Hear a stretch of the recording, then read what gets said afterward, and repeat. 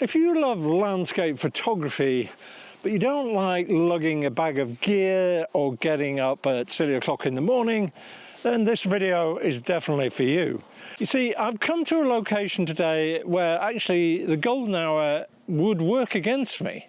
I've been here before just to have a look, but that look helped me make one important decision: how much gear to bring with me.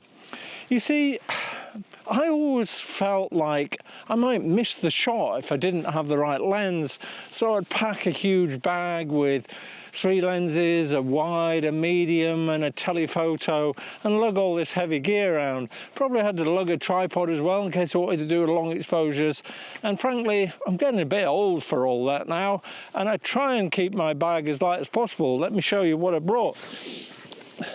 So this is what I've got with me today. And I've literally just got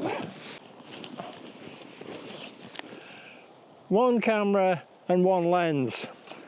I've got some ND filters. I've got a little bit more stuff than you might take because I'm trying to make a video as well. But that's all I'm bringing with me.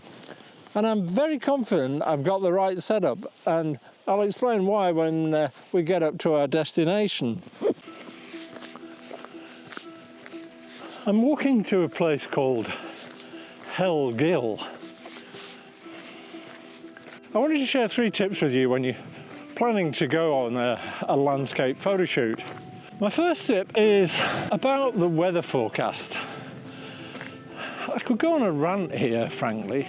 I cannot understand why, when we have all this computing power, AI and everything else, they can't get the weather forecast more accurate. You see, I planned this video a few days ago, and the weather forecast for today was bright and sunny. And I really need some sunshine for this shot. So that's what I rant over with. But the point I want to make about the weather forecast is, it is what it is, and a lot of the time it's just not accurate. What you've got to do is embrace that and just make the best of the conditions you're faced with. So that's my first point. My second point is this: the place I'm going, Hell Gill, has what we would call a beck running through it. It's a small river or stream. And as you can see here, it's pretty dried up because we haven't had any rain for about a month. Well, we've had a little, but nothing to speak of. Now, it's a pretty obvious thing to do to check the weather forecast before you set off. Especially if you're going to do a golden hour shoot, you probably want to see what the cloud cover's like and things like that. And as I've just shown you, I've been frustrated by the lack of accuracy. But there's one other important point that a lot of people seem to forget. You're not just interested necessarily in the weather on the day of your shoot. Now, I know that the beck was going to be dry because I live just an hour away, so I get about the same rainfall as it does up here. But if you weren't local, if you'd chosen some location you'd always wanted to visit, it's well worth checking what the weather's been like for the last few days or weeks. Especially if you're going to photograph something like a waterfall, you want to know how much water is going to be in the river. And it was particularly important for this one as well, because as you'll see when we get there, to get to the location I want to take my photo is a little bit treacherous. So if it had had massive amount of water in, probably make it quite dangerous. So the good news is there's some patches of blue appearing, which means I might get some light where I need it.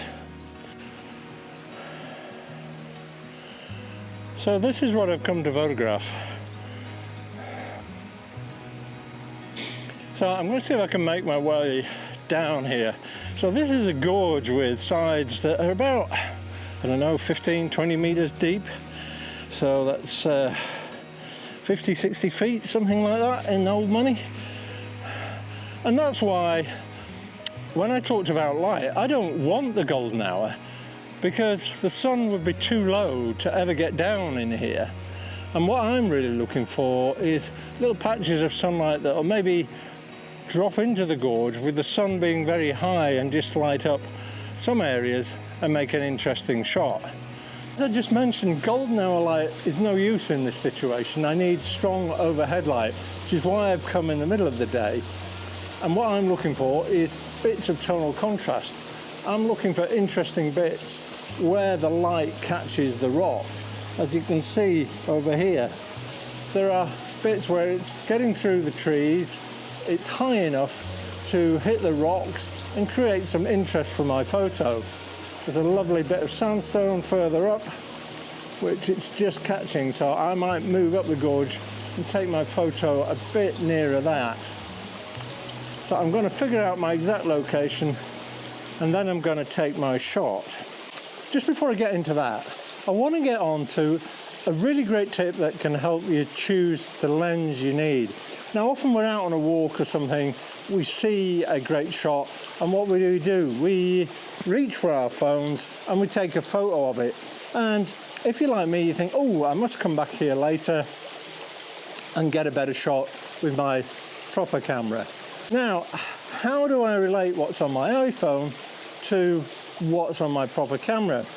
Now, I came to this location a few days ago and I took a few shots, and this is how I know how to choose the right lens. So when you take your iPhone shot, which I did something like this, if you then go to your photos and you open up your shot and scroll up, you'll then see there's a little chart at the bottom and it tells me ISO, it says 24 millimeters, 0 exposure compensation, f 1.78 and a 69th of a second. So I know exactly the shooting parameters that the iPhone was using, but most importantly it's that 24 millimeters, because that 24 millimeters is exactly the same as the 24 millimeters on a full frame DSLR. So the next thing is take some shots with different magnifications. Use the zoom function on your phone. And so I took some shots with the 1x zoom, the 2x zoom and the 4x zoom. Now the 2x zoom is 48 millimeters, the 4x zoom is 4x24. So that way you know what focal length you're working with. Now I found that my 48 millimeter shot was much better than my 24, because in this scene there are a lot of rocks and there's a lot of clutter and I need to simplify it and I need to make it more minimalistic. So on that basis I brought a 24 to 70 millimeter lens because I want to crop in a bit tighter, and I don't need to go super wide because super wide would be even more cluttered. So I don't need anything wider than 24. So that's what I'm going to use. So I'll go and get set up and get that shot. Right, I've got all my shots set up. What I'm waiting for is the light to change. This is my setup. As you can see, I've got my camera quite low to the water. I've actually fitted a circular polarizer because I just want to reduce some of the reflections, and a neutral density filter just to slow down my shutter speed. It's currently about 13 seconds, so I'll do that as a trial, but I'm waiting for the sun to come through and create those little patches of light. And here comes the light. So I'm going to grab a few more shots and I'll share them with you on screen. Right, before I wrap up, a quick honest look at what I shot. Some of what I took down there came out too cluttered. There are too many rocks, all fighting for attention, and nothing for your eye to land on. That's a composition problem, and it's not something I could fix in the edit. I did try cropping and making the edit darker, but it just made a busy, dark shot. What actually worked was being more intentional in the composition and removing everything that wasn't earning its place, and using a very bold, dark edit with strong contrasts until only 2 or 3 shapes were left. It's the same gorge, it's the same light, just less of it in the frame. And here's a few of the others from the shoot that came out the same way. Choosing the right lens on location gets you close and good composition, and the edit is where you actually finish the job.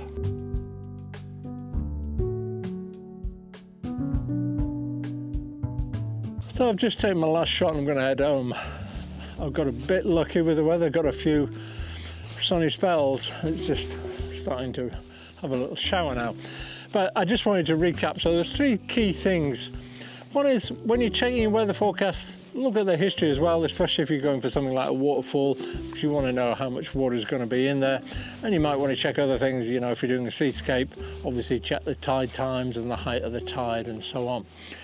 The second thing is, if you don't want to go out and photograph at the golden hour, there's lots of other subjects you can choose, as I've proven today.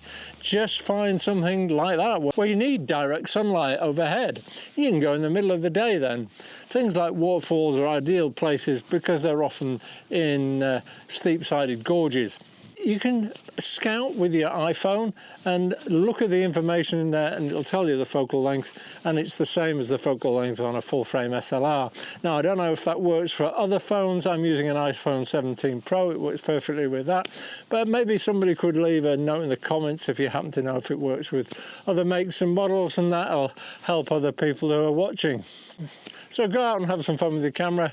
You don't have to get up too early and you don't have to carry a bag of stuff. I'll see you next time.